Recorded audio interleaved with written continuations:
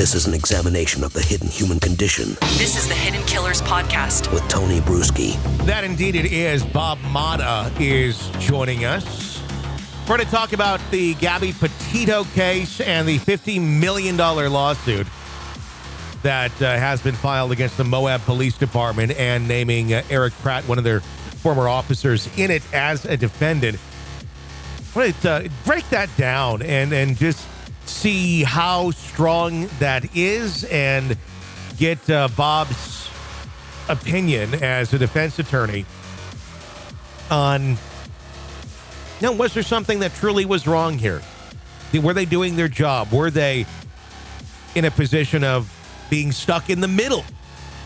I want to hear all about it. Bob Motta, defense attorney, and of course, host of the podcast Defense Diaries. Bob, there is so much here. Eric Pratt, who was one of the officers that did talk to Gabby Petito, and then they eventually left. The department coming back and saying, look, we were respectful to her. We did essentially what we could, and I'm just kind of paraphrasing there. But Pratt himself, not the greatest history as well, and it kind of makes you wonder if some of that played into the judgment there. Told other officers that Laundrie raised more red flags in a Chinese communist rally. Failed to take action, though. The lawsuit also claims that Pratt ignored signs of abuse and cut Laundrie loose, despite telling his superiors that he viewed Laundrie as a threat to Petito's well-being. What are your thoughts on where this is standing? I think that, first and foremost, the biggest thing anytime you sue a governmental agency is, they have immunity to a certain extent. Yeah. So that's going to be the first battle. I saw everything in terms of we all did in terms of all the videos that were released, and they were very quick to release videos of the interactions that went on that day. Mm-hmm. And, I saw some things subsequently, after it all was done and they'd found Gabby's body and they found Laundrie's body as well, that, showed some pretty definitive marks on her face. Mm-hmm. Now, I can't say whether or not those were resultant from the day in question. If they were, because when I saw the video, I couldn't see any clear marks on her face. Sure. I knew that they had seen something on her hands, because the fact of the matter is in a civil case, you're talking about a completely different burden. Okay, so let's assume that they can get over the governmental immunity, which will be the first thing that they attack in terms of defending the case. They're going to say, look, we have governmental immunity. We were just trying to do our jobs. Things happen. We have no control what can, happen after, we resolved the issue in the way that we best saw fit. And if they can survive that in summary judgment, meaning the plaintiff, meaning, Gabby's family, then at that point, it's going to become a question of whether or not they were negligent. Mm-hmm. Okay. And I've been handling criminal cases for a long time in my career. And in Illinois, if law enforcement walks into a scene, a domestic scene, and the person who called 911 has any kind of mark whatsoever, that guy's getting arrested. Yeah. No, there's no ifs, ands, or buts about it. There's no talking your way out of it. It's the instinct is to arrest, and you can figure it out with the judge. And, obviously, hindsight is 20/20 always. Mm-hmm. And, all of us know that had Bryan been arrested on that day, Gabby Petito's alive. So, I think that there's going to be a lot of heartstrings that are going to get pulled on that jury if it ends up going to a jury. Typically these things settle. The odds of it actually making it to trial are slim.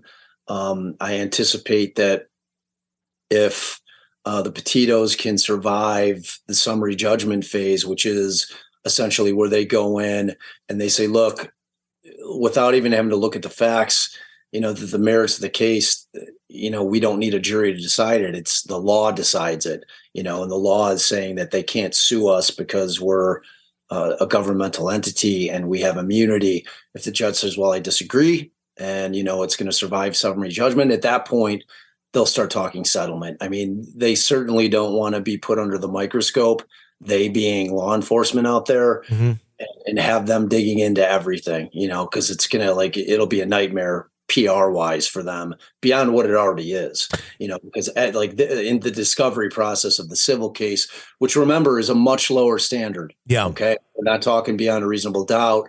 We're talking preponderance of the evidence. That's all they have to do in order to win on a civil case, which means I always say, look at it like a football field. Preponderance of the evidence is the 51, getting over the 50. Whereas, like I may have said this last time, whereas beyond a reasonable doubt, you're getting to the goal line. You're not necessarily crossing it, but you're getting to the goal line. So it's a much lower burden for them to meet in terms of the plaintiff in order to recover in that. So, I think that it'll end up settling. I think that the Petitos will get some money. I think that there's, the fact of the matter is she'd be alive, and it's a tough thing to dispute because he should have been arrested. I mean, it's clear that there had been some type of altercation, and he sweet talked his way out of it, and she, much like is often the case, sadly, with victims of domestic abuse, she, because she was in that situation where he's there, they're on the road, she starts thinking, what am I going to do? If they take him into custody, or if he's arrested, am I going to be able to get him? You know what I mean? She started everything was running through her mind at that point, to where she basically somewhat corroborated his statement that, as to what went on that day, instead of being able to be forthright, because she just had so much going on externally, aside from the event itself. I mean, they're on the road. They'd been on the road for months, so it was a really tough spot for her to be in. And it's obviously beyond tragic, but frankly, I hope that they recover, because I, in my opinion, don't think that law enforcement did their job that day. Sure. And in the past, speaking of other cases with this specific department, can their past indiscretions be used against them? In 2016, there was an investigation by the Utah Department of Public Safety over allegations that officers were misusing the state driver's license database to look up personal information on people they knew, including local journalists and politicians. In 2018, an officer with the department charged with multiple counts of domestic violence after allegedly assaulting his girlfriend. And then in 2019, the department came under fire for handling a sexual assault case, with the victim claiming that the officers did not take her seriously and did not properly investigate the incident. So it kind of shows a pattern of behavior here, or lack thereof, on their part for taking this sort of thing to the level that it should be in terms of seriousness. Yeah, I think that, initially, like I was kind of going through how the process works. I mean, that would only be able to be brought up at trial. Yeah. And, believe me, both sides would bicker pretty heavily in terms of trying to get that type of basically prior bad acts information in, kind of like 404B, a little bit like what you saw in Murdaugh, where they were getting prior bad acts in. Now, this is civil in nature. So like anything, it's a different standard. I mean, it's going to depend on whether or not they find it to be relevant, whether it's relevant to, the case in hand, where some of the same people involved, but again, I don't think it's going to get to trial. I think what'll ultimately happen, I think that, they'll use that type of information, that kind of bad publicity and those kind of bad facts to bully them into settling the case. And look, I mean, if the Petitos had their druthers, I'm sure they are not wanting to relive the nightmare by going through a trial. I'm sure that they would rather recover quietly in a settlement, because who wants to have to sit there and testify about the worst day of your life? You know what I mean? So I tend to think that if they're smart out there, they're not going to drive this thing all the way home. They'll see if they can survive that. The plaintiff's counsel will put pressure on them with all the stuff that you were talking about in terms of, look, like, you guys are not a pristine agency out here. You guys have some warts. And, how effective that'll be, I don't know. I think that the facts in and of themselves of what happened that day and what didn't happen and what should have happened are pretty strong on their own. This is an examination of the hidden human condition. This is the Hidden Killers Podcast. The Hidden Killers Podcast. With Tony Bruschi. Bob Motta host of Defense Diaries. You can find it at defensediaries.com, and also one of the most kick-ass defense attorneys in the country. So thank you for joining us, Bob. We're going to talk more with him in just a little bit about Bryan Kohberger. So press subscribe so you don't miss that conversation.